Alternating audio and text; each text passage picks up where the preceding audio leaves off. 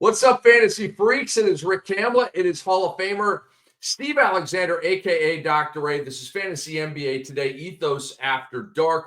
We have for you folks a Wednesday breakdown. We've got a Thursday look ahead. We've got questions for you throughout our run here on a Wednesday night. We want to begin by shouting out our awesome sponsor, Bet Online. They continue to be the world's most trusted betting platform and your number one source for online betting. From the earliest odds to in-game live betting, Bet Online provides you with all the action and the ability to watch the games as they happen, create a vibe, create an angle, create a pattern on the game, and go ahead and monetize it. It's very, very fun, and we encourage you to do that, and so does Bet Online. And they've got the largest selection of odds on everything from football, pro, and college. Bowl season's right around the corner, folks. This is conference championship weekend. There's goodies out there for you. Trust me, whether it's props, whether it's point spreads, whether it's totals, all of it's out there for you. NBA, of course, college basketball, NHL, and UFC. Head to Bet Online today, and don't forget to use promo code BELIEVE, BLEAV, for your welcome bonus on your first deposit. Bet Online, the game starts here. And we invite you to leave us your questions on Discord live, link in the live chat, or on YouTube live chat, and we're going to answer them as we move along with the show. Doc, before we get into the Thursday night preview, what's up, dude? Let's go. Let's have some fun, man. Yeah, let's do it. I'm ready. I'm ready to roll. I'm watching my Clippers without Norman Powell as we speak. It's killing me. Dying a slow death here. So let's start with Dallas and Washington as we look ahead to Thursday night's games. Mavericks at Wizards here. And Doc, to me, what I'm watching is for Klay Thompson. And you've got, the soup that we talked about last night with him and Quentin Grimes and the other guys in the rotation here, that Dinwiddie, of course, that it's like they all played around 20 minutes, and that's really what I'm looking for here. But, Doc, there's a bunch of guys out for the Wizards. Kispert is out. George is out. Kuzma is out. Brogdon is questionable for this game. And so this is like a blinking like streamer, at least for Bub Carrington. And Bub Carrington's probably a guy you want to pick up with the idea of rostering consistently moving forward. Well, and that's what I was going to say. I was looking for is Bub Carrington. Like, if Malcolm Brogdon's hurt and he's not going to play, it should be Bub time. Should be Bub time. And I'm here for it. I love Bub. And if you're sitting on Keyshawn George, I don't know that we should still be doing that. I'm tired of waiting. It's just been so much mediocrity. But Bub Carrington should be fun. I've given up on Klay Thompson. I'm over it. I'm moving on. PJ Washington. We talked about him last night. PJ Washington is a stud. Are you dropping Klay in a 12-team league? Are you dropping Klay? Or are you keeping him for that fringe streamer type, like random weird night? I need some threes. I'm keeping Klay. Or are you just cutting him right now in a 12-team league? You broke his line down, his stat line down the other night. You're like, waiver wire. Like, I just don't get it. I'm not. Yes, I'm dropping him. If there's a free agent out there that I want, and Klay Thompson's the most disappointing guy on my team, I'm dropping him to get a hot free agent because there's nothing hot about Klay Thompson. That's sad, man. It's sad to hear you say it like that, but I don't disagree with a single word you are saying. We're breaking down Thursday night's games here. Fantasy NBA Today, Ethos After Dark. Rick Kamla, Hall of Famer Steve Alexander, a.k.a. Dr. A, and Big Game, Doc. Big Game. This one's sexy. Dude, this one's so fun. I know. This one's sexy. Denver and Cleveland right now, like, ooh la la. So just anyway, Doc, I want to let you go first on this because you're excited about this ball game. What's on your mind, man? Well, Denver's on the road. They're playing the best team in the league, Cleveland Cavaliers, at Cleveland. Denver's been, they have not been world beaters. Jokic has been. The rest of them really haven't been. Christian Brown, it's kind of cooled off. He's been kind of quiet. But I think Aaron Gordon might be a game-time decision in this game. So maybe I expect him to play. I don't know why he's not going to play. Should be all hands on deck. Both teams are pretty healthy. It should be a war. I like the Cavs, though. The Cavs at home, they're on one. They still have a chip on their shoulder because I think a lot of people feel like they're not as good as their record, right? Uh-huh. Like how are these guys doing this? But they are. And I think they're going to try to make a statement tomorrow. It's certainly an opportunity to do so, Doc. In terms of so it's just where I'm at with this game is Jamal Murray. I mean, what it is, what it is, Doc. Right at this point, he's kind of like a turn it on in the playoffs guy. He's a guy that likes to flip that switch, and you get like really solid in the regular season, but you get bombastic in the playoffs. Darius Garland's going to come back for this game. We talked about this, I believe it was last night, about the head injury that he suffered. So he's not even on the injury reports. That's awesome news on Darius Garland that he's going to be able to come back. I want to talk about Nikola Jokic a little bit here, and I want to do it in a Jokic versus Wemby sense because, Doc, I don't know how much weight you put in a basketball monster rating, but to me, it involves analytics that I don't even understand, and it creates a value, like a player stat line value that I think it has utility for us, right? Do we put all of the weight in the world into it? No, but it's a tool on our tool belt, right? And Nikola Jokic still has a significant lead over Victor Wembanyama in value on basketballmonster.com. And I do think it's a debate. Now, when you go to the fantasy gold, okay, blocks, steals, and threes, Wemby is better than Jokic by kind of a wide margin. But when you go to the PRA, the points, rebounds, and assists, Jokic has an advantage by a wide margin. So it's a really good debate, dude. And who would you rather have? We've talked about this. I don't want to be a flip-flopper. I'm going to say Jokic, okay? Beginning of the year, I was Wemby. He kind of scared me a little bit the first couple of weeks, and I flipped to Jokic. And I'm not going to deviate from that unless Jokic blows the tire because I don't want to be a flip-flopper. They're both phenomenal, okay? But, Doc, where are you at with Jokic versus Wemby right now? We talked about that a little bit, and let's revisit that right now. Where are you at with that? Well, we're going to get into it in a couple minutes, but, Wemby's already been ruled out for Wednesday, taking the day off. That sucks if you're a Wemby guy. And I'm a Wemby guy. I still like Wemby. I'm not going to argue. I mean, Jokic is incredible. If you went the safe route and just rolled with Wemby, with Jokic, who's been the best fantasy player for like 3 or 4 years in a row, then good for you. He's still doing it. But in the long run, man, I still like the young, shiny things. Oh, Wemby. Okay, so you mentioned safe route. Explore that a little bit. Like, how unsafe is Wemby? You talked about Jokic being the safe route. How unsafe potentially is Wemby to you? I don't feel like he's unsafe. He's just more of an unknown. He's a young kid who is a freak. But we know Jokic is going to be out there being a dog every single night. We just don't know that Wemby's going to bring it every night. And Wemby got off to a really bad start on Tuesday night. I think he's 1 for 9. He ended up with a pretty decent stat line, but nothing mind-blowing. But Wemby's more likely to have missed games and off nights than Jokic is. It's just a fact. But Wemby's also capable of going for 40, 20, 15, 10, and 5.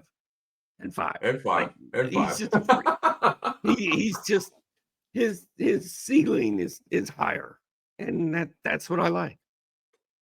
He's got the highest fantasy ceiling of all time, dude. When you like there's 5, 5, and 5 points, rebounds, assists, blocks, and steals, and threes. Like, stop it. Doc, I just want to have a little history conversation with you about Nikola Jokic real quickly here. And our great audience here on Fantasy NBA today, Ethos After Dark, the Sports Ethos Fantasy Basketball platform. Doc, Nikola Jokic right now is at career highs in 6 categories. He's got the opportunity, Doc, to win his 4th MVP award in a 5-year span. 2 guys have done that in the history of the league, LeBron James and Bill Russell. And it could be Jokic, all right? It would be his 4th MVP.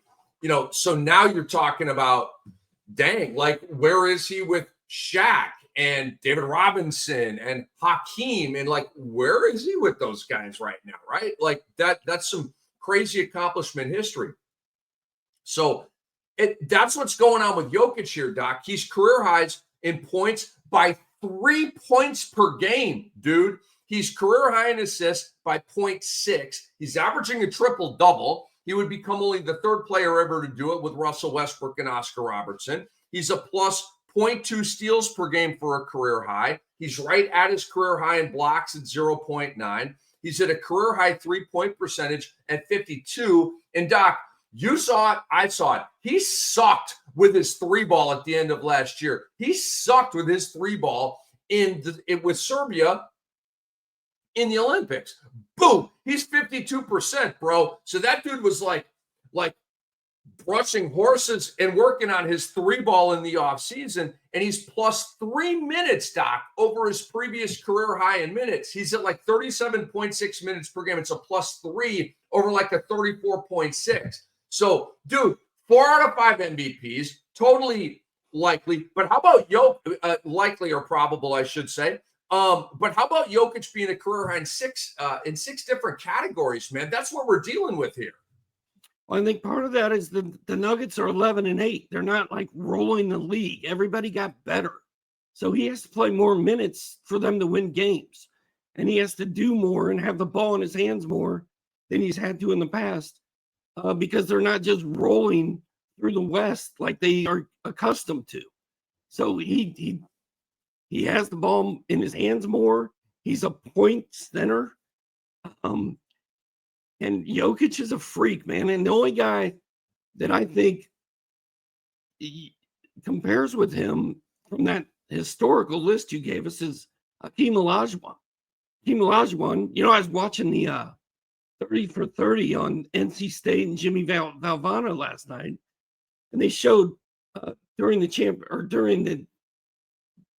game against Louisville, I think, when they were in the Final Four, Hakeem had 18 points, 17 boards, and 7 blocks.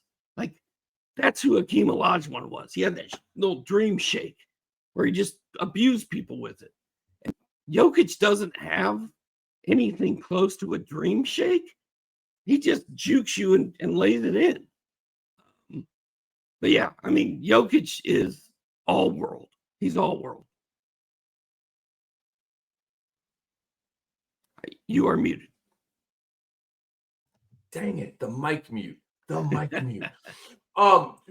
think Jokic, he's got the iron leg fadeaway, right? Like, that's sort of like he dribbles you forward and then raises the knee in like the high arcer. Remember the shot over Anthony Davis in the playoffs where Davis was like, "Are you serious right now? What am I supposed to do with that?" Right? Like, he's got that. And then the other move that I love from Jokic, Doc, that I think is signature is when he goes like pump fake up, gets you in the air, comes back down, re-pivots on the other side, right? Like the double pivot thing.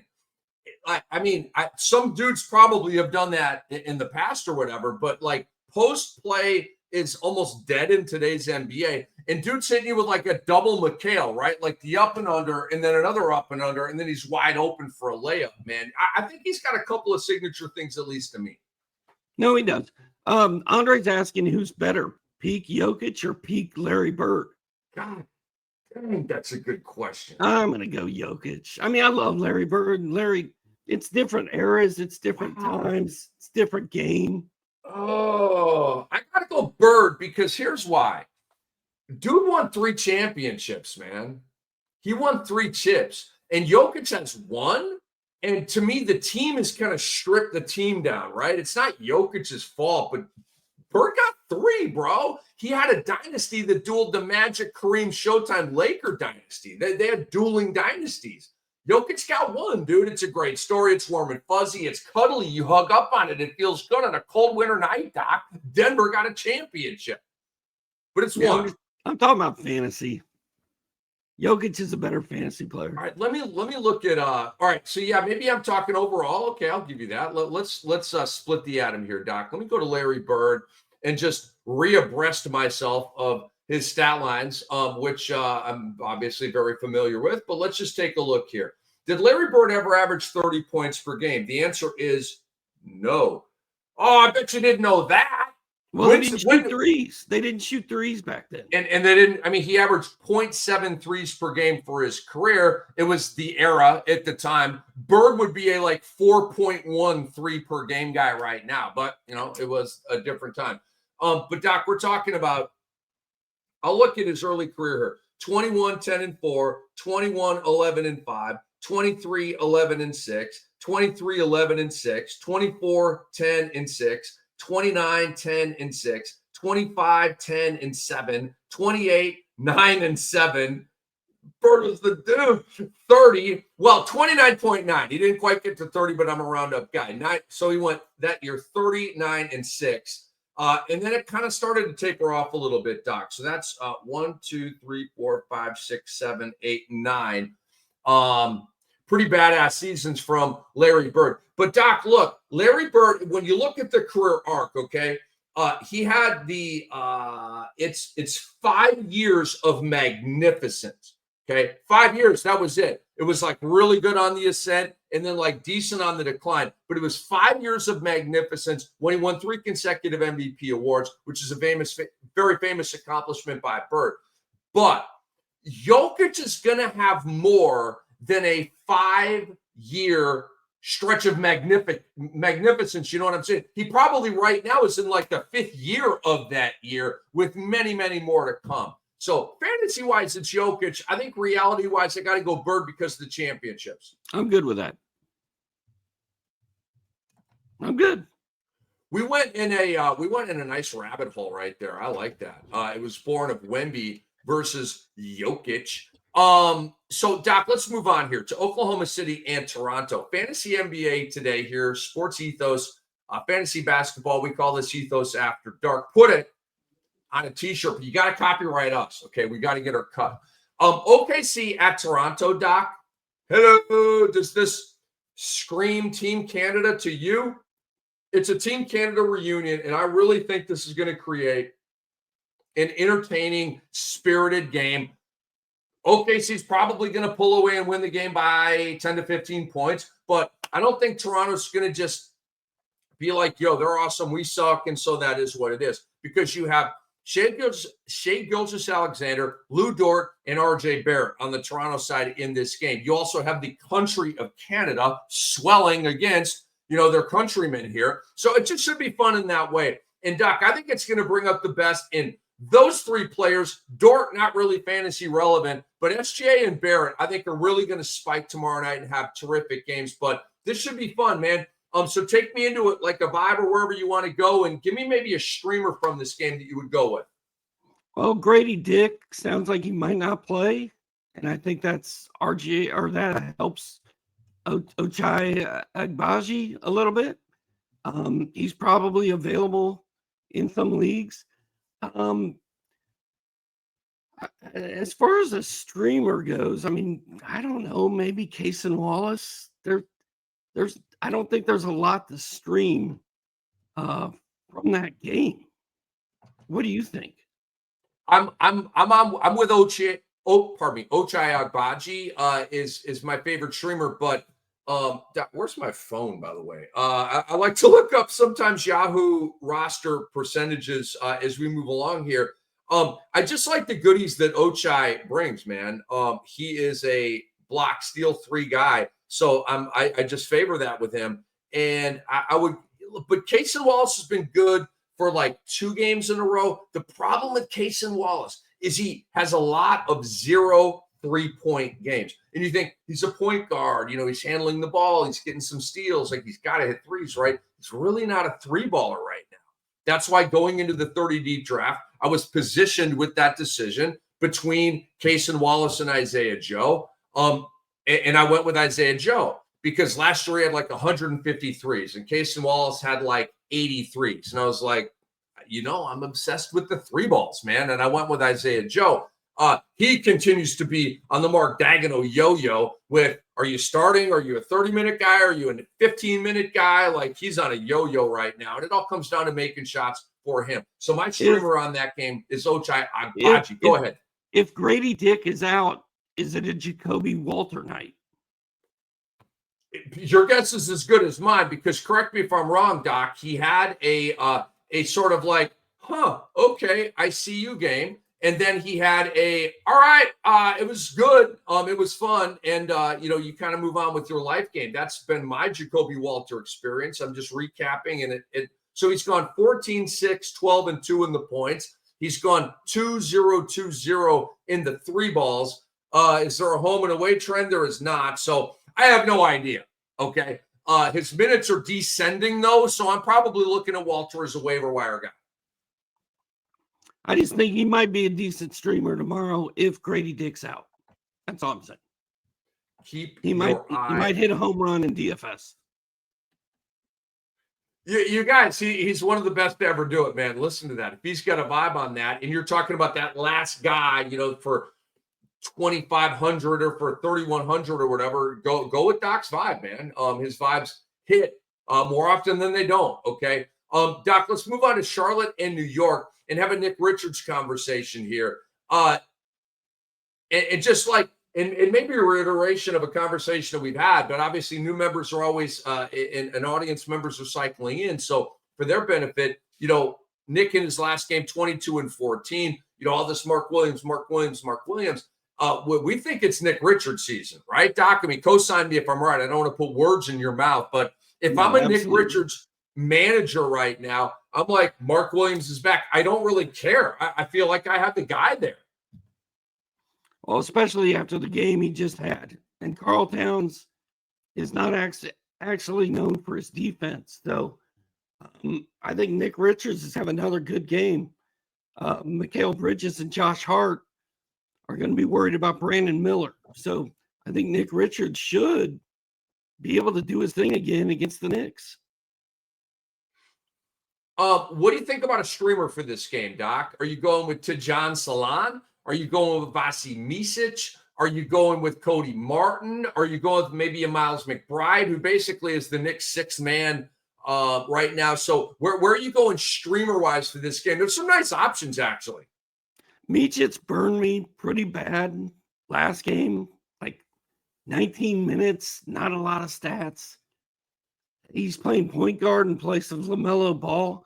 Like, he should be getting big minutes and putting up numbers. I'm going back to the Micic well tomorrow. I think he's going to bounce back, have a decent game. And then your guy, Tijan Salan, I don't like the matchup against Mikal Bridges and Josh Hart and OG Anunoby. Man, I tell you what, man, the Knicks are kind of scary. They're kind of scary good. Like, we don't know how good that team is yet, but their defense outside Karl Anthony Towns is stout. So I'm intrigued by Salan. I probably wouldn't play him tomorrow night just because of those three guys I just mentioned for the Knicks that are going to be playing tight D. But Micic is my streamer.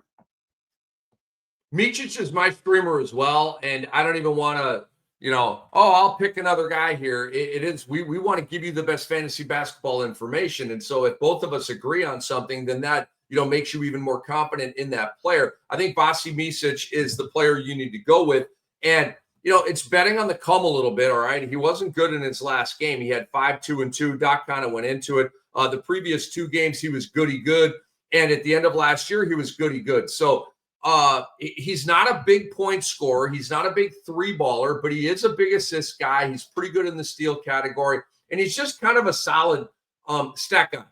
It's not going to wow you, okay? It's infrastructure stuff. But if you're like, damn, I'm a little light on assists right now, Micic is like, you probably want to hold him for a minute here while Trey Mann is out indefinitely and LaMelo Ball is out indefinitely. Vasi Micic is going to have some games here. Now, if you need a big that can hit some threes, Salon has been good in 3 of the last 4, if I'm not mistaken. So he, I believe, is an attractive streamer as well. But if given the choice between the two, I would go with Micic. He is Steve Alexander, FSW Hall of Famer. I am Rick Kamla. We are Fantasy NBA Today, Ethos After Dark. And if you want to support us, subscribe, share the podcast with a friend, and leave a 5-star rating. We would greatly appreciate that. Now, Doc, Wemby is out with a back injury for Thursday night's game. It's a home game against the Chicago Bulls.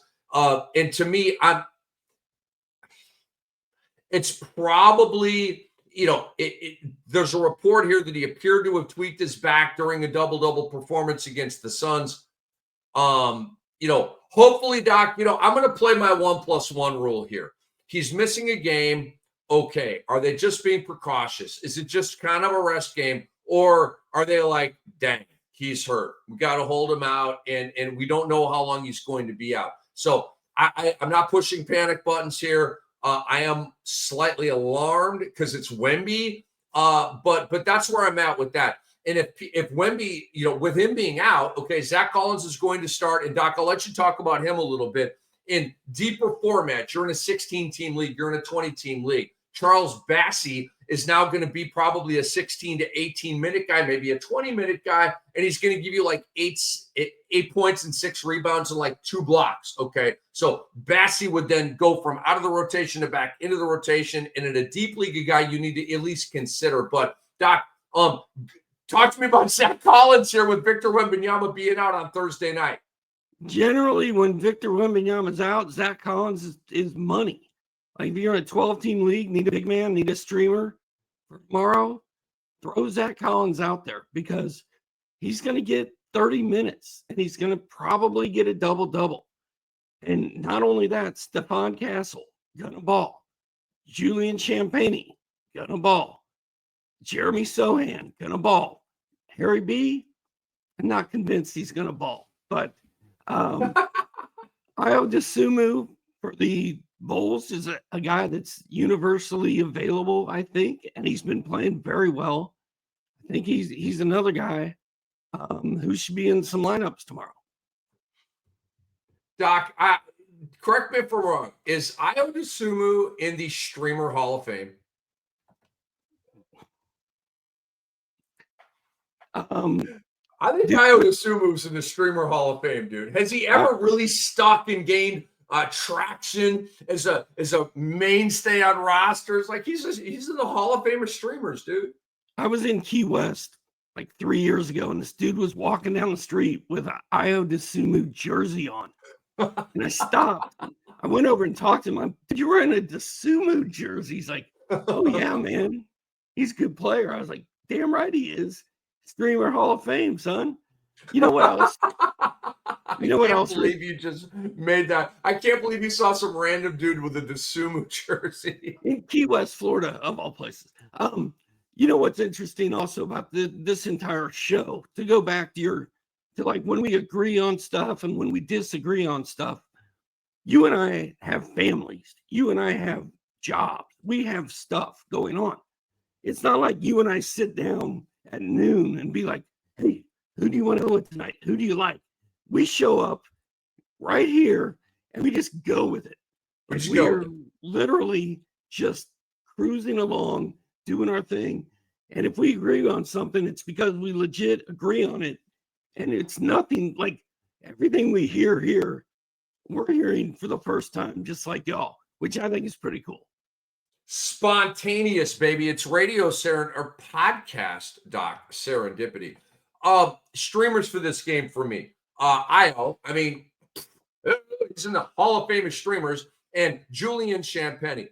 And if you saw Sohan returning and you're like, I'm going to send Champagnie back to waivers, I'm sorry you did that. We certainly didn't tell you to do that over here, okay? In the game where Sohan returned. And we both think that Harry Barnes should come out of the starting 5 and Champagnie should stay in. I don't know if Mitch Johnson's going to rock that way, but that's the way we would go. But Julian Champagnie in the Sohan return game stayed in the starting lineup, took 10 shots, slightly above his season average, played 28 minutes, slightly below 29 is his regular number. Okay. So he was basically normal with playing time and shots. He's 25% rostered and valued, I believe, like way higher than that. Okay. You just look at the stat lines, watch the games. Like he makes impact, he makes big threes. Okay. He creates howls from play-by-play announcers. He's at 12-5-2 with his PRA. I know it's not great. I'm not like overselling this. 1.5 stocks and 2.4 threes. Okay. 12-5-2, 1.5 stocks, 2.4 threes. That's pretty damn solid. Okay. And I think whether, and even if they say, all right, you're coming off the bench now, we're starting Harry Barnes to piss off the entire fantasy basketball world like Steve Kerr does all the time, I still think Champagne's going to get 28 minutes a game. I could be wrong about that because you also have Keldon Johnson on the back bench. You got to find minutes for Devin Vassell. But, you know, dang, they've been right around 28, 29, 30 minutes for Julian Champagne. He started 1 million games last year. They like him. Okay. And you like to use the word pop. And with no Wemby out there, the chances of Champagne popping, good point, like 75%. He could have that 24-point game, right, with 6 threes kind of thing. Sohan's going to pop. Champagne's going to pop. Castle's going to be good. Chris Paul's going to be good. Zach Collins is going to be good. Like there's a lot of stuff happening here. There's a lot of stuff happening. So, Doc, let's look ahead here to Phoenix at New Orleans tomorrow night. And we covered this on last night's broadcast, so I just want to tell you kind of what we said. Kevin Durant, we know, is out now with the ankle sprain. He'll be reevaluated in a week. We talked about, you know, the beneficiaries, right? I said Grayson Allen. Doc said Royce O'Neal. Based on what they've done so far, rock with Doc and Royce O'Neal.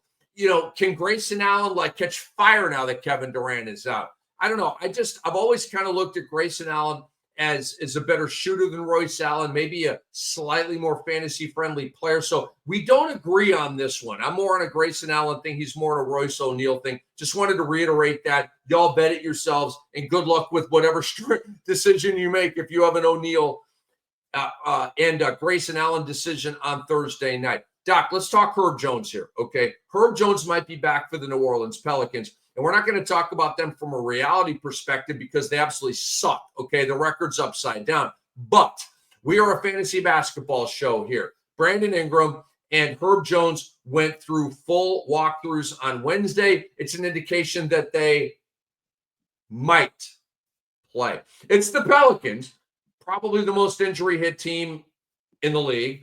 And Willie Green said, quote, he's hopeful that both can make their return against Phoenix. Doc, I hate the word hopeful, okay? Hope is good for humanity. Hope is not good in the sports world. Hope means I don't know. Hope means I want him to play, but he's probably not going to play, okay? Whether it's a football coach talking about a player, a basketball coach talking about a player, when you use the word hope, you're talking to your fan base. You're trying to gas them up. You're trying to get them through a Thursday to a Friday and have them feeling better about things, okay? We're smarter than that over here in the fantasy sports space, Doc, because you got to read between the lines of this stuff. They're not going to play their hand out on the table. They're playing a high-stakes poker game. So we don't know what's going to happen here. But the word hopeful has me thinking that, all right, let's just hold them out for one more game. But, Doc, I think it is noteworthy that Herb Jones is questionable and went through the walkthrough. And so Herb's return is around the corner here. How fantasy relevant do you think he will be as a previously established 1-1-1 guy with the block, steals, and threes when he comes back? Talk to me about a man named Herb. I mean, it's interesting. We've got DeJounte Murray. We've got CJ McCollum. We got Brandon Ingram. We got Trey Murphy. All those guys are going to play. So, and Herb Jones is going to score you 6 points a night, 7, 8 points a night. He's not going to be a big offensive guy. He's a 1-1-1 guy and a couple steals. He's mini Dyson Daniels. I don't know if Herb Jones,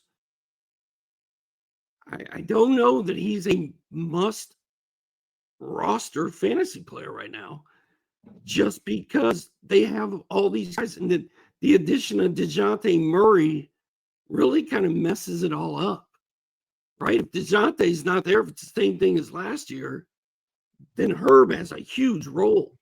But he's injured. They're going to be babying him. They're going to be nursing him back to health. I'm just not feeling the Herb Jones vibe right now. You're not feeling Herb right now. I understand. In the past, Doc, and you know this, it's been a Trey Murphy or Herb Jones thing. Ingram's going to get his minutes, and God only knows if he's going to play tomorrow. It's probably 2 weeks out before we see Brandon Ingram based on the Brandon Ingram experience, right? But Doc, for me, like if Zion is there and Ingram is there and CJ McCollum is there, and now you have DeJounte Murray, so and those guys are mainstays. Zion isn't going to play, but just follow my point here. Trey Murphy and Herb Jones, to me, are the pivot. And like if Trey Murphy's on that 7-3 ball night, then Herb is playing less. And if Trey Murphy isn't making shots, then Herb is playing more. And I think Herb is more of a priority. Think about it. Herb has been a starter, a mainstay in the starting lineup for Willie Green. Trey Murphy's been a really, really good bench player. Okay. So Willie Green loves the defense that Herb Jones brings. And maybe he trusts him more than Trey Murphy, but he just finds him as a better fit. And Doc, when you look at their starting five, they need a Herb Jones. Okay, you got CJ, you got DeJounte, you got Ingram or whoever, and you've got Messi or whoever. You need that defensive sick'em guy in Herb Jones. So to me, if Herb comes back tomorrow, but when Herb comes back, Trey Murphy managers should be like, where are we going with this? I think it's a Herb versus Trey thing, so we'll follow this moving forward. Also, Yusuf Nurkic is not playing tomorrow, correct? You are correct, and I don't really care. Oso Iguodaro, deep league special. Good call. Throw him in your lineup. Throw him in DFS. He's going to start. He's going to play. Doc, Yves Messi, I want to shout him out. He's questionable with a right ankle sprain. So, I mean, I think I said Eves. My bad. It's Eve. It's in Christmas Eve. It's in New Year's Eve. I'll get it right. But Yves Messi, 33% rostered. I think that percentage should be way higher. He's been very, very good. 3 double-doubles in the last 5. I believe it's 14 stocks in the last 5 games. He's doing fantasy basketball stuff here, okay? He's like a Clint Capella type. But he's got a right ankle sprain. He's questionable for this game. Keep an eye on that. If you check Yahoo before the game and you see that he's clean with no GTD or anything like that, get him in there, okay, and pick him up and feel good about it. But knowing the Pelicans, how bad they are, with their guys always getting hurt, I mean, Messi maybe looking at a DNP right here. All right, Doc, let's move on to Sacramento at Memphis. And I have a question for you. Has Ja Morant become a goody guy? Hear me out. Ja Morant missed time, right? He has come back and he's been savage, dude. Over the last week, 26 and 6, 2.3 steals, 1.7 threes. Okay. Over the last 2 weeks, 25 and 7, 1.8 steals, 1.8 threes. Bro, those are goodies, dude. If we're getting roughly 2 threes and 2 steals from Ja Morant, ding, he's a rat. Okay. But it's only a 1 or 2 week sample here from Ja Morant. Frankly, Doc, this is probably the best package of goodies that we've ever seen from Ja Morant, right? He has not been a goody guy. Goodies mean block, steals, and threes. He has always been a very good PRA guy, points, rebounds, and assists, going back to his massive triple-double at Murray State, right? The PRA, he's got that. But the fantasy gold is where the progression needs to happen. Is he a goody guy? Are you ready to say that? I mean, he has been for 2 weeks, right? You just answered your own question. If Ja Morant, are you betting on this to continue? I feel like it may, just because Memphis once again is so banged up, just like they were last year. We still haven't seen Desmond Bane, the Desmond Bane that I know. Where is he? Where is he, bro? Where's Desmond Bane? Jalen Wells doesn't really do anything. Brandon Clark, are we still doing that? I mean, it's basically Ja Morant. Edey can't play, bro. Edey's brittle, dude. The Rook appears to be a little brittle. It's Ja Morant and Jaren Jackson out there doing their thing. So, yeah, I think he's going to keep it up. I just hope he can stay healthy. I'm with Doc, and I'll be honest. Doc, you know that I had a monster Ja Morant opinion coming into the year. You know that, all right? And then he got hurt, and I was like, oh my God, here we go again, right? And I admitted to being wrong about it and that kind of thing. And then John's come back, and he's been a tiger unleashed out of the cage. And Doc, one of the reasons I was so high on Ja Morant is like, dude, you owe us that extra level of competitiveness that's going to, like, Ja Morant is one of the most electrically and dynamic athletes that we've ever seen in the NBA. Go get some steals, bro. Right? Like channel some of that energy and dynamicism on the defensive end. You know what I mean? Don't just like wave at the guys he goes by you and just die on screen after screen after screen. Like, man up, right? Play two ends. How do you win a championship? You have to play both ends. Luka, your boy, is not winning a chip until he gets that. He's got to get to neutral defensively. You can't be the pigeon. You can't be the target, right? It's not going to work. House of Cards is going to crumble. You got to get to neutral defensively. Luka's not there. Ja's not there. But over the last 2 weeks, Ja looks more like that guy. And I don't think that's too much to ask with the athleticism that he has. In Memphis, Doc, as you know, and our audience members know, Memphis is one of the best teams in the NBA right now.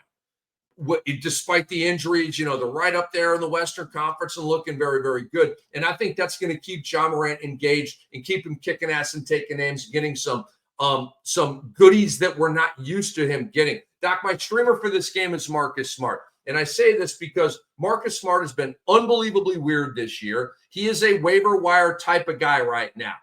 And I love the goodies in Boston. We're talking 12 points and 3 rebounds and 6 assists and like 2 threes a game and like 1.5 steals a game. He's not that guy anymore, okay? But he is coming off of a pitiful performance where I believe he shot 0 of 8, okay?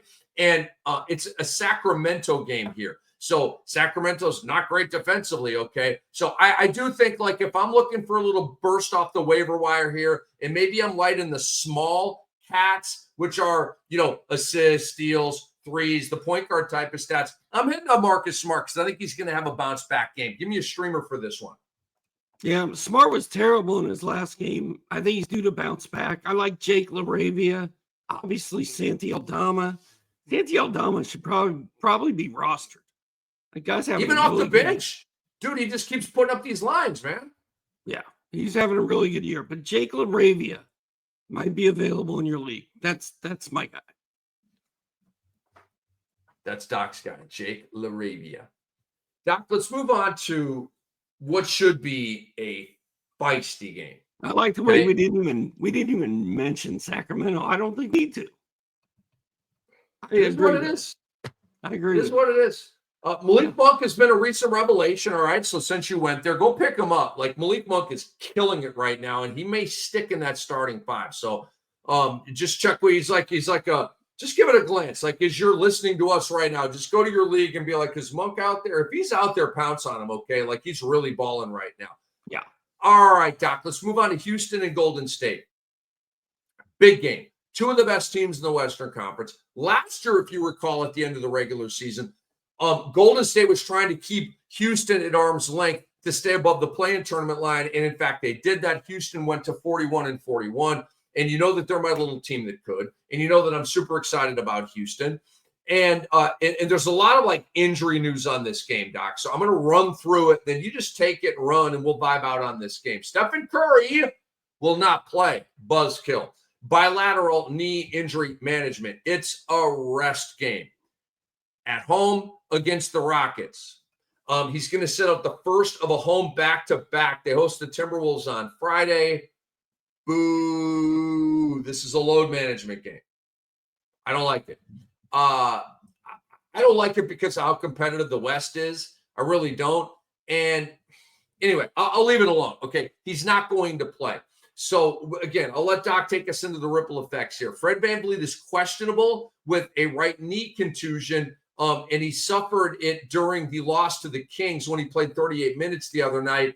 He's questionable. I'm sort of like still optimistic he will play. Jalen Green, Doc, suffered that right eye injury in the previous game. He is not on the injury report for this game, which is fantastic news, obviously. And Tari Eason, your guy, is out with a concussion injury. So I just wanted to get all that news out there, dude. Take it anywhere you want to go from here.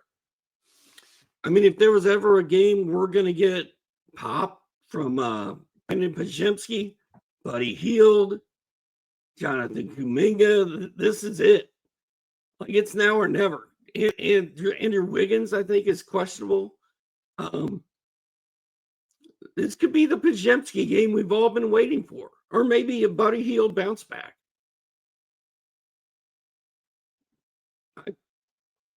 I think Buddy Hield's a good call by you, Doc. I really do. Now I'm on a Pajemski thing, so I want to go deeper into that a little bit here, Doc, because Pajemski over the last 3 games has been a really solid player. He has gone. I don't have the stats in front of me, but he's been in the starting lineup for 3 straight games now, and he's doing the Pajemski thing, right? Just off the top of my head, it's 12 points, it's 7 boards, it's 4 assists. It's, a block or a steal. He's not huge with the defensive goodies, and it's 1 to 2 threes, right? He's not, nobody's putting him in the Jokic and Westbrook and LeBron category for the best stat guys of all time, but it is a goodie line. It's like a low-key Josh Giddey line, right? So you got to pay attention to Pajemski when he's getting the time, and he is, and Doc is right, because with Stephen Curry out, that's going to be more usage rate. That's going to be more shots, and Pajemski could go from 12, 7, and 5 up to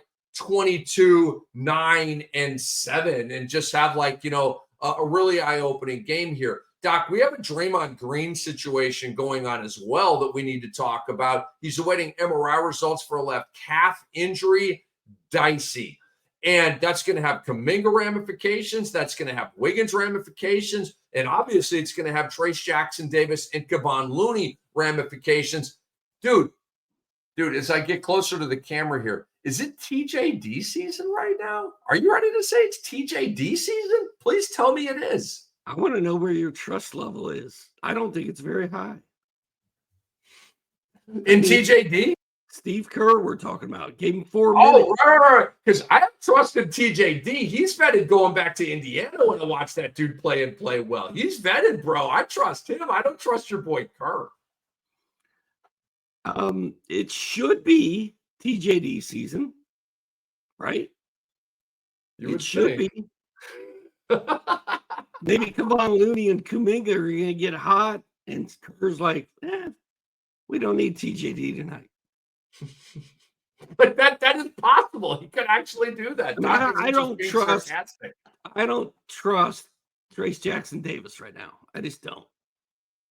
Well, are you streaming Looney over TJD? I mean, Kuminga's probably rostered, right? He's got to be at about 75% Yahoo rostered, right? So I mean, you can't just I want Kuminga on waivers. I mean, I just don't think you can rock like that. He's at 71% rostered.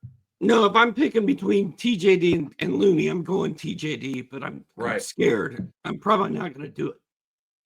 Okay, all right, I can and work also, with that, dude. With Tari Eason out, it's Amen Thompson time. Those guys split minutes every night, and now there's no Tari, so it should be all the Amen Thompson we can handle for the Rockets.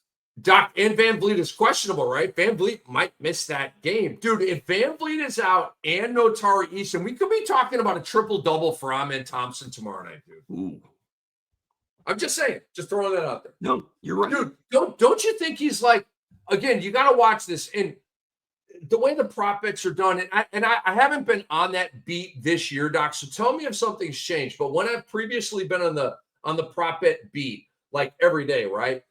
It's annoying because in the morning when you want to do your work and get it out, it's half-ass props, right? And then as the day goes on, they slot all the props, right? And they dial it in, but it's later in the day. I don't know why the books do it that way, but in terms of who are we just talking about, Doc? I'm sorry, I lost my train of thought. Amen Thompson. So So, like, you got to find out if Van Vliet is out, right? So it might be a 5:30 p.m. Eastern time type of play. But if you find out Van Vliet is out, wouldn't you play the up on a PRA bet on Amen Thompson tomorrow, depending on what it is? I mean, it's probably what, I don't know, 10, 5, and 5, maybe 20. Wouldn't you play the up on like a 20 PRA for Amen Thompson tomorrow night? Well, and it's different. The books are different than DFS. In DFS, they look at it and they're like, oh, Tari Eason's out. We're gonna bump up Amen Thompson's salary by $1,000, and you're gonna have to pay for him. The book looks more at like their stat line for the year. So I think there's value there with Amen Thompson, and also if there's no Fred Van Vliet, Jalen Green is going to probably go off. Good call. Good call. It might be a Jabari Smith game too if Van Vliet is out. It may lead to a little bit more from Jabari, who, by the way, Doc, Jabari's kind of low-key balling right now, dude. The blocks are there, the threes are there. He's at 14-8, which was his average last year. The fantasy gold is way better over the last 2 weeks for Jabari Smith than it was all of last year. Jabari's hitting kind of a high right now, dude. Yeah, he got off to a terrible start. People were dropping him. People were like, should I drop Jabari Smith? He's been terrible. He's righted the ship. He's been playing much better. And with no Tari Eason, he should have a good game. And especially if Van Vliet's out, like you said. Interesting stuff. That's going to be a spicy game. We'll be talking about it tomorrow night. So we are done with this portion of the show. We have a lot more to come, so stay right where you are. Big thanks to our awesome producer, Andre Lemouche, one of the best I've ever worked with, whether it's TV or radio. Obviously, this is Hall of Famer Steve Alexander, a.k.a. Dr. A. You know him. He's a legend.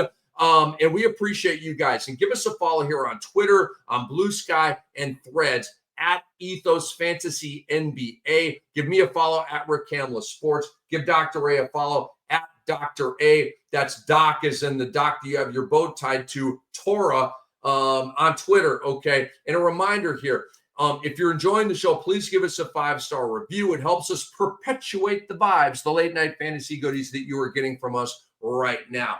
And lastly, we shout out our great sponsor, Bet Online, because this episode of Fantasy NBA today was presented by Bet Online. We'll see you in just a bit.